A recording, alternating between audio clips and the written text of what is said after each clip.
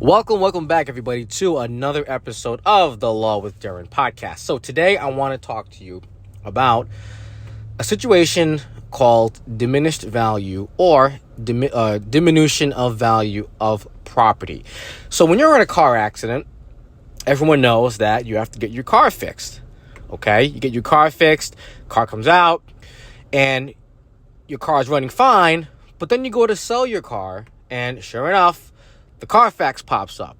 And when the Carfax pops up, it shows that your car has been in an accident. So now everyone knows that you don't want to buy a car that's been in 5-6 different accidents or has had multiple owners.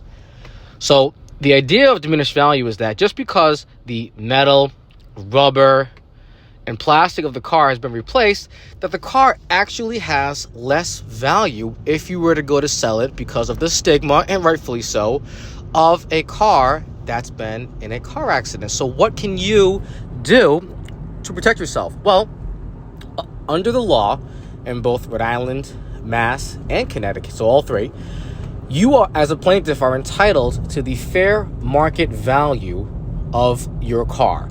So literally, when your car is in an accident, if the day before the accident you were to have placed your car on the corner with a for sale sign, what would a willing seller have offered to have purchased your car? That, my friends, is the fair market value, because when someone hits your car, they've basically bought your car without your permission. So what do we do when you're in an accident and your car is fixed, but you don't believe that you'll be able to get a lot of money for the car when you go to sell it in 6 months?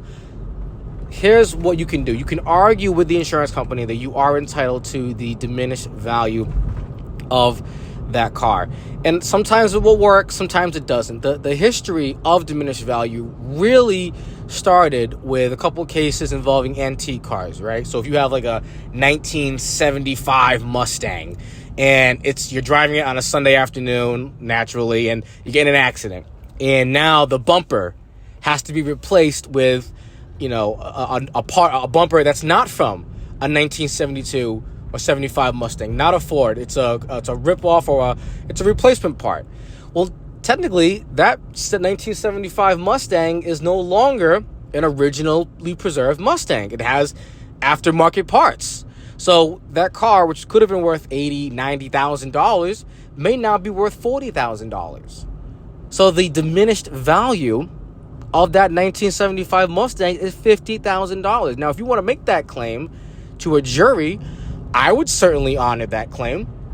If I was on a jury and someone showed me this evidence, say, hey, before the accident, car was worth 90, now it's only worth 40 because it was in an accident, I, Darren Almada, would award that plaintiff that money because that seems fair to me, right? Other people may differ. So that's really that's really where diminished value claims started. The problem that I think a lot of people need to understand, though, is that diminished value claims can be brought against the people who hit you, so the at-fault drivers. But when it comes to your own insurance company, they were smart enough to write in their own policies that you can only make a claim for the actual cash value of the car, which again is what the car, or to get the car back to what it was worth, so that way it's no longer in a damaged state. So it's like a functional state. So, on that Mustang example, if they were to bring the claim against their own insurance company, and their own insurance company had a policy that says that they can only go after them for the actual cash value, then technically your own insurance company would only need to replace that bumper and call it a day. And that's not fair to a lot of people. So if you have but I've seen in my experience that a lot of your own insurance companies will have those policies in place. So that's just a quick little lesson. If you are in an accident and you do believe that your car no longer has the value that it does because of the accident, which I fully agree with, you can absolutely make that claim against the insurance company for the person that hit you and see what they say. I have seen people be successful, taking an offer from $8,000 to $9,000, but the car insurance companies, especially when the claims are being brought by, not their own insureds, so, the at-fault car insurance companies are extremely resistant to making any offers for diminished value because they simply have not priced the cost of those types of claims into their premiums that they charge their policyholders. So I think that they're all on board and not offering the money, and I get it from a business perspective. But yes, 100%, if your car is in an accident, it does have less value. You would be entitled to bring that claim in court against the at-fault insurance company and prove to a jury who could, in fact, award you that money. Hope you guys enjoyed the episode today. Please feel free to like, comment, subscribe, and I'll try to get to as many questions as I can. Hope you guys have a great day, and take care and be well.